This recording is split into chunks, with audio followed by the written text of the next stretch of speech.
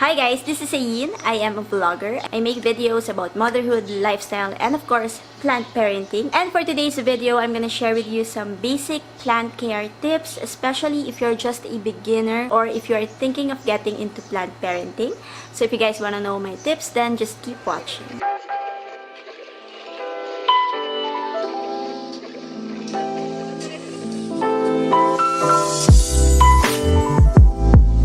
So the first tip that I have for you if you're just starting out as a plant parent is to know your space. Check your space for its lighting conditions. Does your space, meaning your home, room, condo, office, wherever you want to put plants in, does it get enough light? Does it get direct or indirect sunlight? Because although there are plants that can thrive in low light, most plants require sunlight, be it indirect or direct. So it's best that you know your space so that you can buy a plant for the space.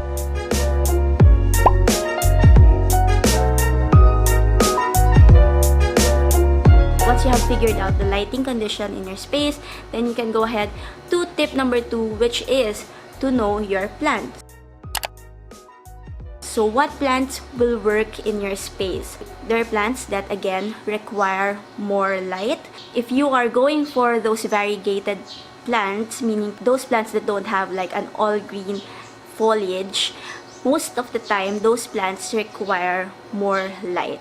So it doesn't have to be direct sunlight, it can be an indirect light. So meaning you can put it like if you have a big window or if you have a window in your room or in your place, then you can put that plant there. What's important is that it gets light.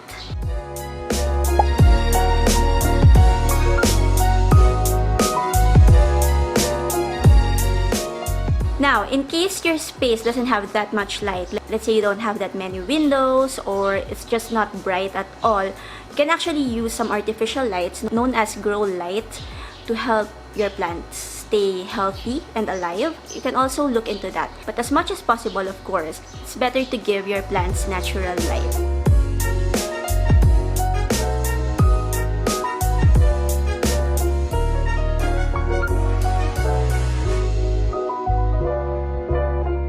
So if you're just a beginner, my tip for you is to actually go for basic, easy to care, low maintenance plants. Now, what do I mean by this? There are a lot of plants that, yes, they look pretty, but they require so much care as compared to other plants. There are plants like the snake plant, pothos, other type of sansevieras, the ZZ plant. These plants are known to be very low maintenance. So if you're looking into buying your first plant or first few plants, I'd suggest that you go for the basic first. And then once you get the hang of plant parenting, then that's the time that you can invest in more expensive plants like, you know, rare plants and all those plants that are quite hard to find.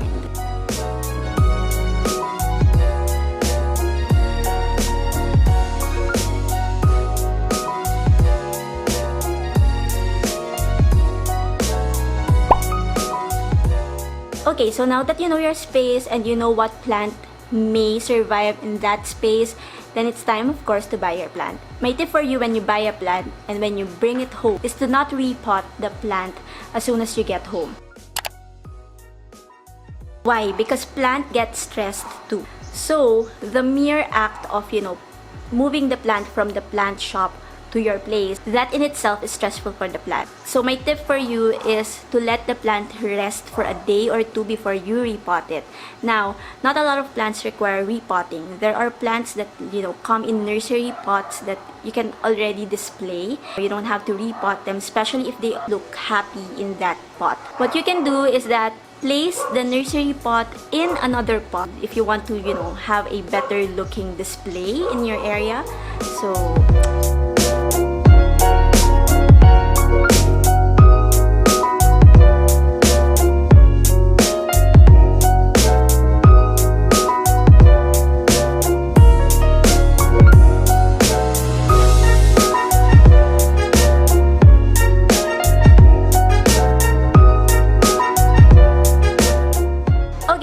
So next is don't overwater the plant. make sure that you follow a specific watering schedule for your plant. But before you water the plant, check the soil first. Sometimes we think that the plant needs water, but then when you touch the soil, it actually does not. Note that not all plants want to be watered that frequently. Some plants, they prefer to be watered once a week, once every 2 weeks, even once a month. So just do your research, check with other people through YouTube, websites.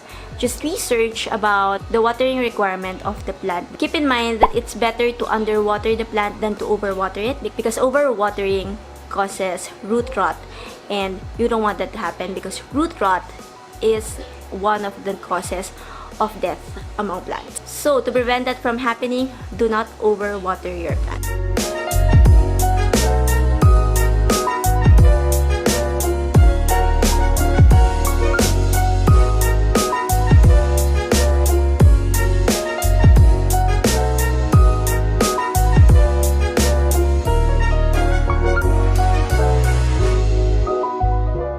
Okay, so next is to clean the leaves of your plant. This is a step that is necessary because if the leaves are covered with dust, then the sunlight will not be able to get into the leaves that much, and the plant will not photosynthesize properly. We all know that the process of photosynthesis, it's the way that a plant feeds itself, so it's really important that they have clean leaves. Now, to clean the leaves, all you have to do is get a damp towel and just wipe the leaves carefully. This is a very simple care tip, but personally, this is something that I always forget to do as well. But yeah, it's important that we clean the leaves of our plants. Next tip is to remove any dead leaves or stem in your plant. If you notice a dead leaf on your plant, then cut it right away, because you want the nutrients to go to the healthy leaves and not to the dead ones. So it's better to just remove those.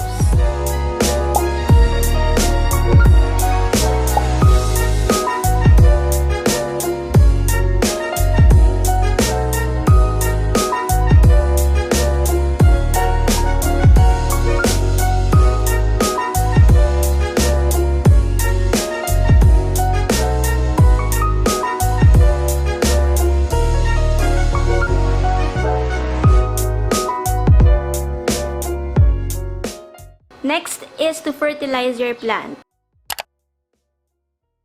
Now, you can use artificial fertilizers. There are a lot of available fertilizers in the market. Personally, I only use organic ones. I use vermicast, which is also known as worm poop. And then I use eggshells. I put them in the soil. For the vermicast, you can actually use that as a soil mixture, just to also aerate, or just to also make the plant more well-draining.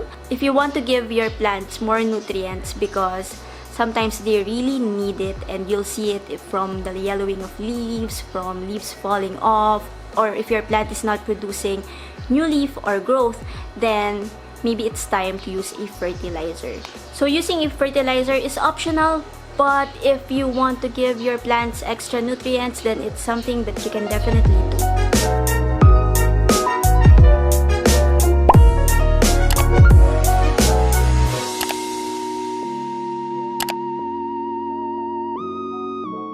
Last but not the least is to take care of your plant, but don't baby it, and don't be stressed out about plant parenting. Let your plant be. You can't be impatient about plant parenting, because sometimes a plant won't really produce new growth, or sometimes some plants, they take longer to, produce new leaves or to produce flowers if you have flowering plants. So just let them do their thing. Take care of them. Have your plant care routine, but don't stress out. Just enjoy the process, because plant parenting is supposed to be therapeutic. It's not supposed to be stressful.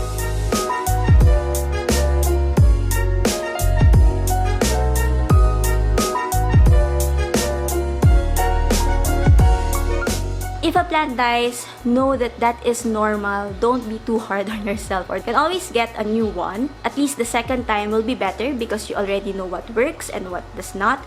So yeah, that's it. So those are just some of the basic plant parenting tips that I have for you guys. I hope you learned a thing or two from this video. I don't have anything more to say. Thank you guys so much for watching, and happy plant parenting. Bye!